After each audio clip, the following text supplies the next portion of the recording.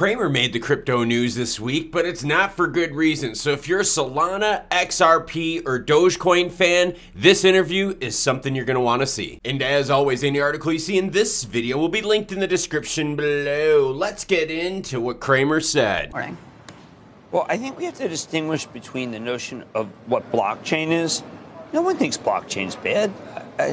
And what happened here, and I thought you guys did an amazing job. I think Kevin O'Leary's caught up. Doesn't he sound like just like a broken, beaten down kid, right? Like he didn't get what he wanted for Christmas. You hear it in the tone of his voice. But it was a suboptimal situation.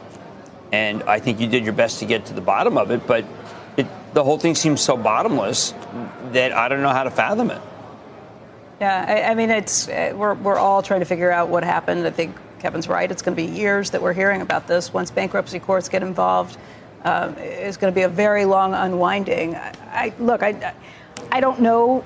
And what they're referring to right now is all the bankruptcy proceedings that's been going on through Crypto Hot Potato. That takes months, if not years, to go through. And here's the problem. If Company A is going through bankruptcy and they owe Company B money, Company B won't get their money until Company A goes through bankruptcy. Here's the problem, though. Company A, though, was also owed money by Company F, E, and E, which, guess what, everyone? They are also going through bankruptcy as well. So this Crypto Hot Potato is going to take a while. Coin, I think that one's different than a lot of the other coins, but I think the marks that came with some of these things are enough to leave you scratching your head.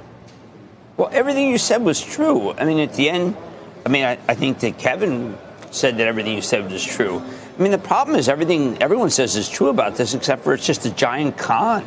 And remember, the con is not, it's not blockchain. Blockchain's great, but we keep conflating blockchain with the con. And I don't know how that can continue. I mean, this thing, all these different prices, like we put up XRP and Solana and Dogecoin. Those are all, I believe, cons. Yeah. There you go. Cramer said it on CNBC Squawk Box. XRP, Solana, and Dogecoin are cons. Let's continue. A bunch of stocks that are valued at the same size. So I'm tired of the con. I thought you guys did a terrific job. And I love I love blockchain, but it has nothing to do with what happened. That's like saying, you know what, I really love the fact that we put up cryptocurrencies. There's nothing to love. Technology's good, but it's, I mean, if we think that the XRP slash USD coin is something that we should be following, well, I mean, we should be following we should put up like Rent the Runway and Stitch Fix up there. I mean, honestly. And as you can tell by Cramer's tone, he is very anti-crypto, saying that, hey, why are we even covering things like XRP, Solana, and Dogecoin? Let's continue, everyone. Put up those CEOs on too, I guess. I don't know. Let's put up Sienna up there. I don't know. I mean, I just find it's just a random group of things that we put up, and that I question that because I'm busy trying to find how to make money for people. And I don't want to try to figure out how to lose money for people. Well, I'll tell you what we've been watching My job's to try to frequently. I've lost money. I've had some bad ideas, but And that's something that I wanted to bring up. I want you to think of who, actually what, and where is the money coming from that's influencing these opinions. We've learned recently that the block was pretty much paid for by Sam Bankman-Fried's FTX. They gave him a $16 million home in the Bahamas to slant the block's view. Now, the block is an online crypto publication, but that begs the question now, who is paying for Jim Cramer to have this opinion regarding crypto? I don't put them up there every 5 minutes. Well, I will say the thing we've been watching most frequently is the 10-year, and I think that's going to dictate. But I think Amazon's big, and maybe Apple should be up there, and maybe we ought to put, I don't know, Microsoft, and then Solana. Okay, I don't know. Jim, thank you. I thought you We're guys hear did more a of your great thoughts job. in just a few minutes. I thought you did a great job, and that's what matters for our viewers and our. I don't think you did a great job, Jim, and in fact, you look like a beaten down dog this whole interview. The bags under your eyes show us the stress that you are under right now.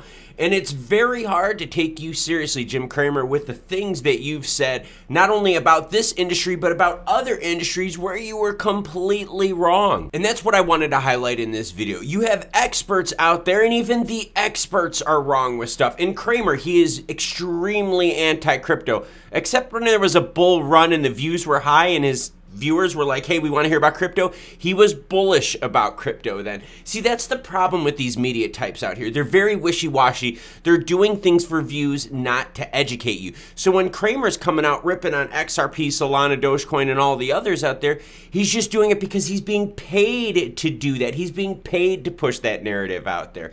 Let me know in the comments below what you thought about Cramer's interview and his specific mentioning of XRP, Solana, and Dogecoin as being cons. That's rough. He's a high public figure out there with financial influence. So for him to say things out there like that, that's bad. But not bad in terms of, oh my gosh, do I believe it? It's bad in terms of like defamatory action. Now that we're done talking about Cramer, remember in the next few days we have some big macroeconomic events. As on the 13th we have CPI data coming out. We've got Sam Bankman-Fried and Maxine Waters up on the hill talking FTX collapse. And then on the 14th, after we get the CPI data, Jerome Powell and the Fed are going to be dropping another rate hike on us. The question is it going to be a 50, 75, or 25? Hey, it's going to be a 25 or 50 if we're at a 7.2 or lower. If it's a higher number than that, Jerome Powell and the Fed may have to keep the big rate hikes up. Hit that subscribe button so you don't miss out, because we're going to have 2 live streams covering those events. Thank you very much for watching this video, and thank you for the continuous support that you guys have all been providing. I'm greatly appreciative of it. Until the next time, keep up your fix with this video right here. I'll catch you cool cats later.